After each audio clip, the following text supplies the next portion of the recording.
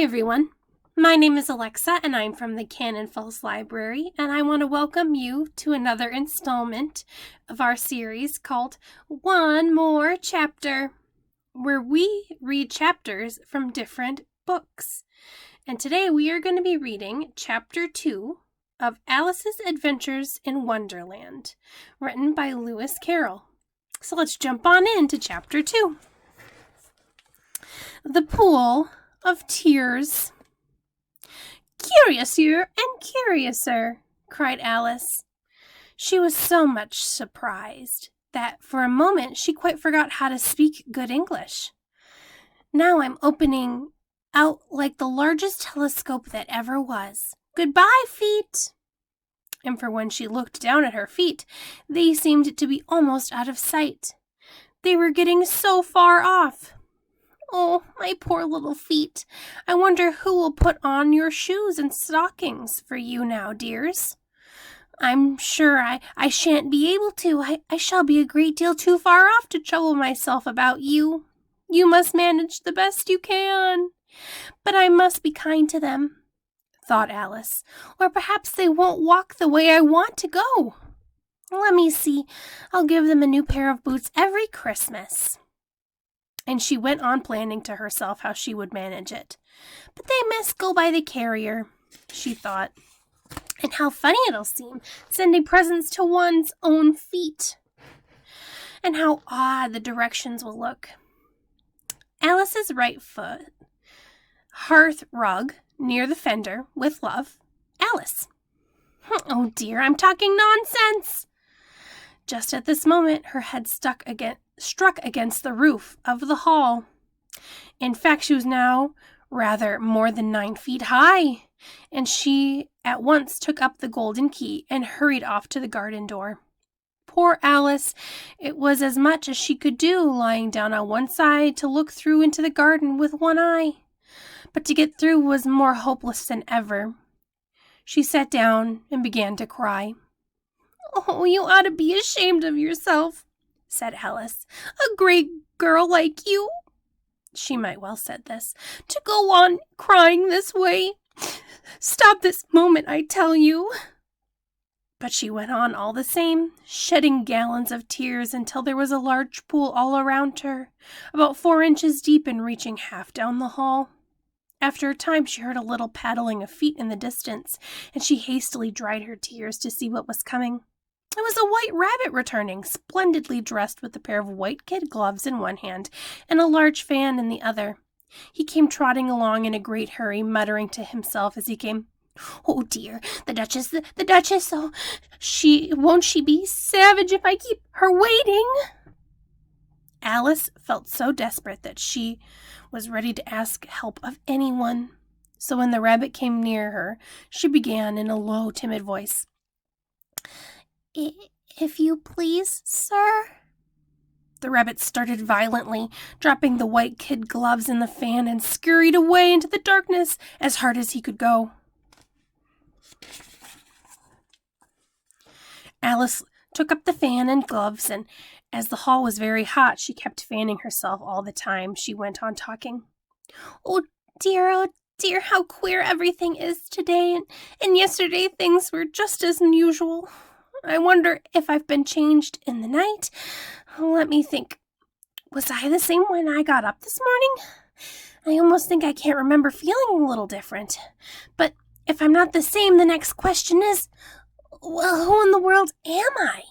Oh, that's the great puzzle." And she began thinking over all the children she knew that were of the same age as her, to see if she could have been changed for any of them. "Oh, sure I'm not Ada," she said, "for her hair goes in all such ringlets, and mine doesn't have ringlets at all. And I'm sure not Mabel, for I know all sorts of things, and she knows very little. Besides, she's and I'm, and I, oh dear, how puzzling it all is. I'll try if I know all the things I used to know. Let me see. 4 times 5 is 12, and 4 times 6 is 13, and 4 times 7 is... Oh dear, I shall never be 20, to get to 20 at this rate. However, the multiplication table doesn't signify. Let's try geography. Okay, London is the capital of Paris, and Paris is the capital of Rome, and Rome is... No, that's all wrong. I'm certain I must have been changed for Mabel. I'll try to say, how doth little... And she crossed her hands on her lap as if she were saying lessons, and began to repeat it, but her voice sounded hoarse and strange, and the words did not come the way they used to. How doth the little crocodile improve his shining tail and pour the water of the Nile on every golden scale? How cheerful he seems to grin, how neatly spread his claws and welcome little fishes into his gently smiling jaws. I'm sure those are not the right words, said poor Alice, and her eyes filled with tears again as she went on. I must be Mabel after all, and shall I have to go on and live in that poky little house with no toys to play with and oh so many lessons to learn? No, I've made up my mind. If I'm Mabel, I'll stay here. Maybe it'll be putting our heads together and thinking, oh, come up, dear. I shall only look up and say, who am I? Tell me first, and then, if I like being that person, I'll come back, and if not, I'll stay here till I'm somebody else. Oh, dear, cried Alice, with a sudden burst of tears. Oh, I do wish they would put their heads down. I am so very tired of being all alone here. As she said this, she looked down at her hands and was surprised to see that she had put on one of the rabbit's little white kid gloves while she was talking. How can I have done this? She thought. I must have grown small again. She got up and went to the table to measure herself by it and found that, as nearly as she could guess, she was now about 2 feet high and was going on shrinking rapidly. Soon she found out that the cause of this was the fan she was holding, and dropped it hastily, just in time to save herself from shrinking away altogether. That was a narrow escape, said Alice, a good deal frightened at the sudden change, but very glad to find herself still in existence, and now for the garden. As she ran with all speed back to the little door, but alas, the little door was shut again, and the golden key was lying on the glass table as before. Oh, no, and things are worse than ever, thought the poor child, for I never was so small as this before, never, and I declare it's too bad that it is. As she said these words, her foot slipped, and in another moment, splash! She was up to her chin in salt water. Her first idea was that she had somehow fallen into the sea. And in the case, I can go back by railway, she said to herself. Alice had been to the seaside once before in her life and had come to the general conclusion that wherever you go on the English coast, you find a number of bathing machines in the sea, some children digging in the sand with wooden spades, then a row of log houses, and behind them a railway station.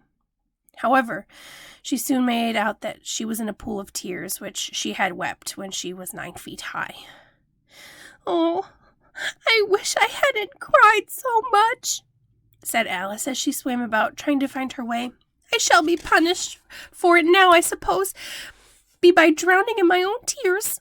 That will be a queer thing for sure. However, everything is queer today.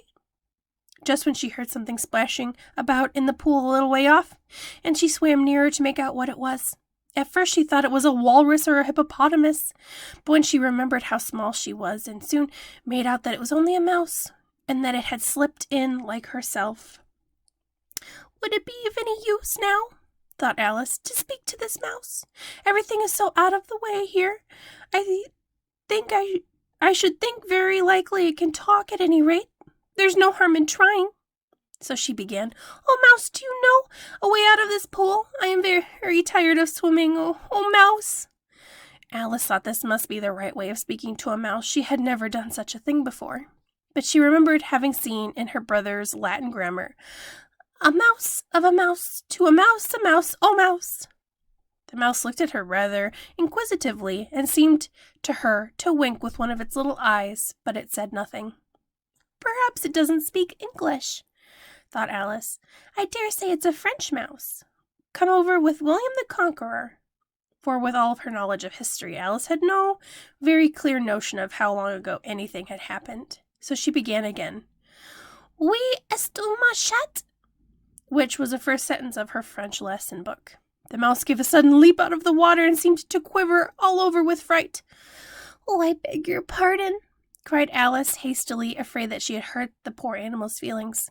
I quite forgot you don't like cats. Not like cats, cried the mouse in a shrill, passionate voice. Would you like cats if you were me? Well, perhaps not, said Alice in a soothing tone. Don't be angry with me, and yet I wish I could show you our cat.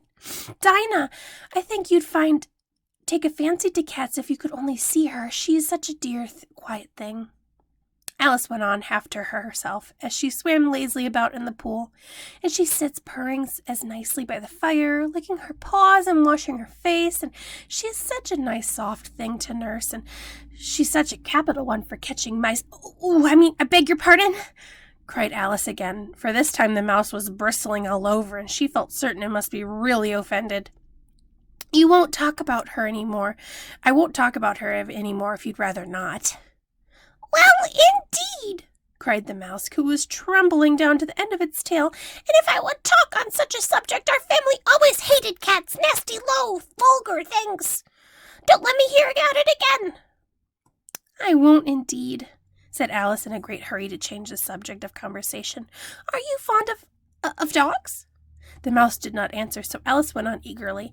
There is such a nice little dog near my house. I should like you to know it. A bright-eyed terrier, you know, with such long curly brown hair, and it'll fetch things when you throw them, and it'll sit and beg for dinner, and all sorts of things. I can't remember half of them, but it belongs to the farmer, you know, and he says it's so useful, it's worth 100 pounds. He says it kills all the rats, and oh dear, cried Alice in a sorrowful tone. I'm afraid I'm offended you again. For the mouse was swimming away from her as hard as it could go and making quite a commotion in the pool as it went. So she called softly after it. Dear mouse, do come back again. I won't talk about dogs or cats or either, if you don't like them. When the mouse heard this, it turned around and swam slowly back to her. Its face was quite pale. With passion, thought Alice, and it said in a low, trembling voice, Let us get to shore, and then I'll tell you my history and you'll understand why I hate cats and dogs. It was high time to go, for the pool was getting quite crowded with the birds and animals that had fallen into it. There was a duck and a dodo, a lore and an eaglet, and several other curious creatures. Alice led the way, and the whole party swam to the shore. That is the end of Chapter 2 in Alice's Adventures in Wonderland. I want to thank you all so much for tuning in today to Chapter 2, and I look forward to seeing you next time when we will be reading Chapter 3. Have a wonderful day, and we'll see you at the library. Bye-bye!